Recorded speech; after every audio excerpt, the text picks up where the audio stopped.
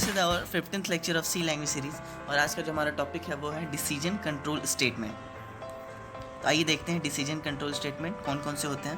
पहला है इफ़, दूसरा है इफ़ एल्स, तीसरा है इफ़ एल्स, चौथा है नेस्टेड इफ़, पांचवा है स्विच, छठा है टर्नरी ऑपरेटर एंड सेवेंथ है हमारा गो टू। तो आज के लेक्चर में हम देखेंगे इफ़ स्टेटमेंट ओनली। ये देखते हैं सिंटेक्स ऑफ इफ़ स्टेटमेंट। तो हम स्टार्ट करते हैं वॉइड मेन से, void main, then curly brace को स्टार्ट करते हैं। फिर हम स्टार्टिंग में जनरल स्टेटमेंट्स लिखते हैं, लाइक वेरिएबल लेना, लाइक वेरिएबल बनाना, क्लियर स्क्रीन का यूज़ करना, और कुछ जैसे प्रिंटफ फंक्शन में कुछ हमें प्रिंट करवाना हो, स्कैनर से कुछ इनपुट लेना हो वो करना। उसके बाद हम लिखते हैं इफ़ और पैरेंथेसिस के अंदर लिखते हैं उसका कंडीशन। देन इफ़ का बॉडी स्टार्ट होता है कर्ली ब्रेसेस से, उसके अंदर हम कोड लिखते हैं या कोई स्टेटमेंट लिखते हैं, उसके बाद उसको हम बंद करते हैं कर्ली ब्रेसेस से। उसके बाद हम कुछ लिख सकते हैं लाइक गेट ch, कोई स्टेटमेंट लिखना वो लिख देंगे।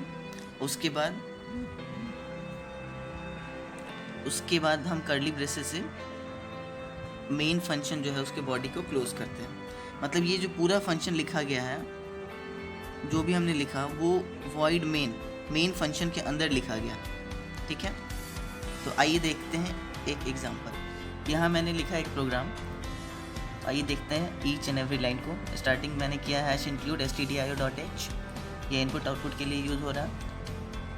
देन #include conio.h, ये कंसोल विंडो पे जो हमें आउटपुट दिखेगा उसके लिए, उसको कंट्रोल करने के लिए इसका यूज़ किया जा रहा है। इसके अंदर कुछ फंक्शंस होंगे like get ch, clear screen, ये सब conio.h के अंदर होते हैं। अगर हम इसका यूज़ ना करें तो हम क्लियर स्क्रीन और गेट ch को हम यूज़ नहीं कर पाएंगे अपने प्रोग्राम में, तो हमें #include conio.h का यूज़ करना होगा। फिर हमने फंक्शन स्टार्ट किया वॉइड मेन। हमने यहाँ वॉइड लिखा है क्योंकि हमें कुछ रिटर्न नहीं कराना।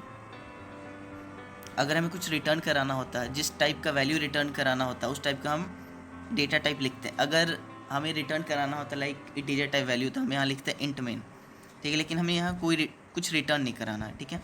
रिटर्न मतलब हम इस मेन फंक्शन को रन करेंगे, उसका आउटपुट कहीं और हमें नहीं देना है, ठीक है।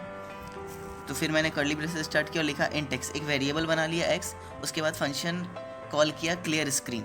ये क्या करेगा, हमारा जो कंसोल विंडो आएगा उसको क्लियर करेगा, उस पर और कुछ नहीं दिखेगा, आपको सिर्फ आउटपुट दिखेगा, या प्रीवियस आउटपुट जो आया होगा पहले किसी प्रोग्राम का वो भी हट जाएगा वहाँ से, ठीक है।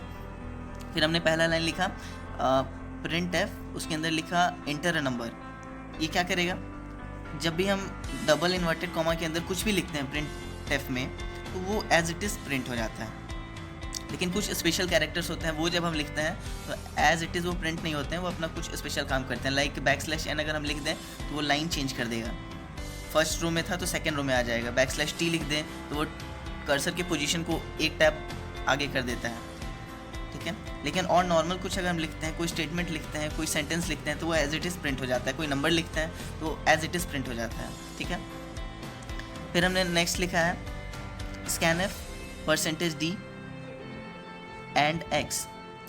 ये scanf क्या कर रहा है, scanf जो भी हम इनपुट देंगे कीबोर्ड से उसको स्टोर करेगा। कहाँ स्टोर करेगा, तो x का जो एड्रेस, एंड ऑपरेटर बेसिकली होता है एड्रेस। किसका एड्रेस, वो वेरिएबल जिसका नाम हमने यहाँ लिखा है एंड x, ठीक है। तो वहाँ जाके उस नंबर को स्टोर कर देगा। किस टाइप के नंबर को, जो हमने डेटा टाइप डिक्लेयर किया है int x, integer type value को वो स्टोर करेगा। अगर हम कीबोर्ड से 2 प्रेस करते हैं या 25 या 259 कुछ भी प्रेस करें तो वो स्टोर कर देगा। अगर हम प्रेस कर देते हैं 2.5 तो वो 2.5 नहीं लेगा, वो 2 ही लेगा, ठीक है।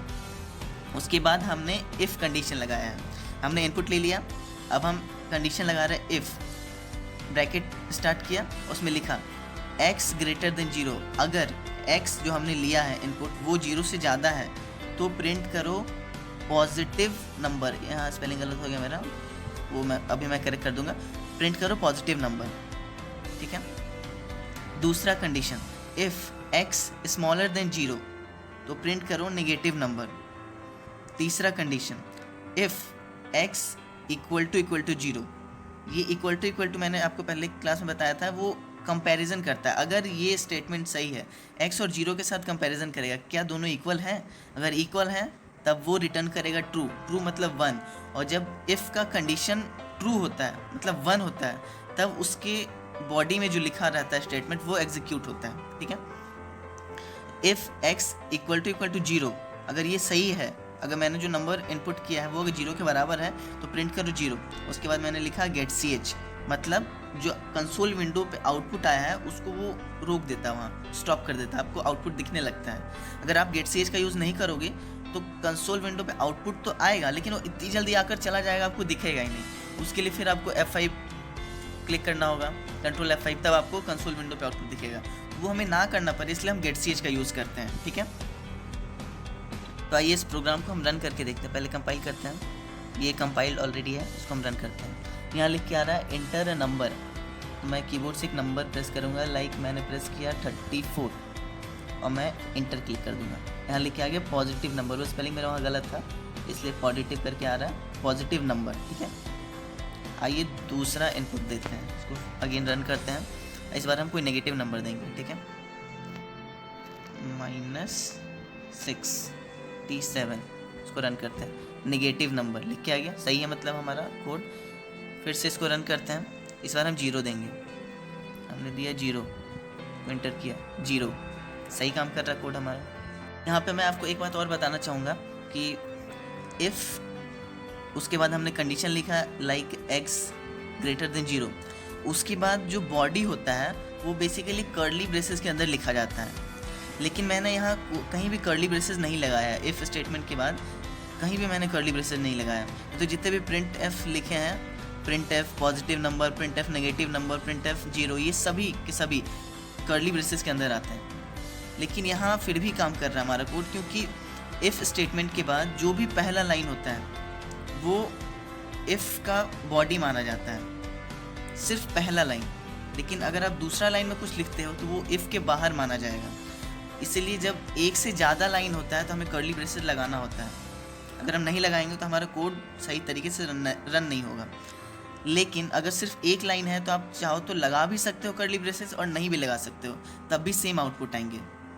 ठीक है, यहाँ देखिए मैंने सभी स्टेटमेंट के बाद इफ़ के बाद मैंने कर्ली ब्रेसेस लगा दिया है सब में। इफ़ x ग्रेटर देन 0, उसके बाद कर्ली ब्रेसेस के अंदर मैंने लिखा प्रिंट एफ पॉजिटिव नंबर।